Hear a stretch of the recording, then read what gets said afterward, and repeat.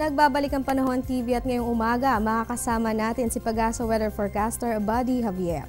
Magandang umaga, Buddy. Ano nga ba ang update na sa low pressure area o LPA na nasa labas ng Philippine Area of Responsibility o PAR? Kailan po ba ito nakikitang papasok sa loob ng ating boundary?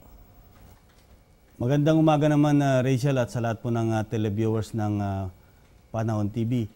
Yung pong binabantayan natin na low pressure area as of 2 a.m. kanina, ito po ay nasa layong 1,700 kilometers east of Mindanao.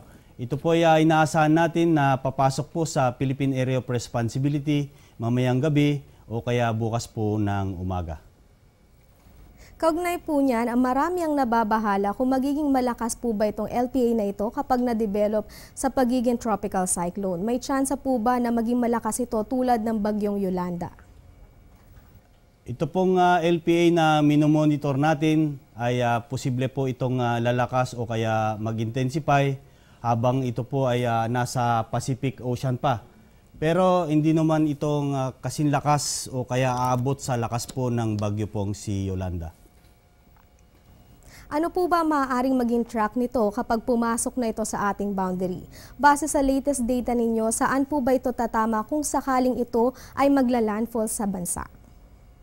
Sa analysis po ng Pag-asa base sa mga datos, ito po ay posibleng mag-landfall dito po sa Eastern Visayas o kaya Bicol region. Ano po ba ang ating mararanasang panahon ngayong araw ng Biyernes base sa inyong 5 a.m. weather forecast?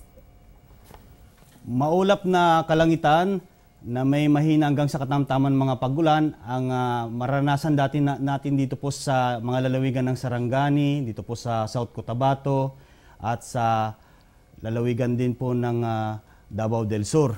Samantalang maulap na kalangitan na may mahinang mga pagulan at dito po naman po dito sa Batanes at mga isla ng Calayan at Babuyan.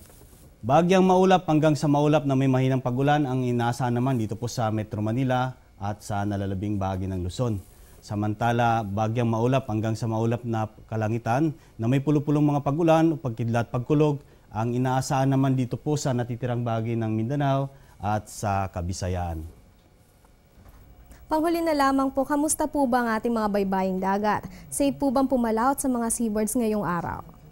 Sa kasalukuyan, wala po tayong nakataas na gale warning, kaya malaya pong pumalaot ang ating mga kababayan sa anuman pong baybayin po ng ating bansa. Maraming salamat, Buddy, at yan nga po nakapanayam natin si Pag-asa Weather Forecaster Buddy Javier. Magbabalik pa kami matapos ng ilang paalala.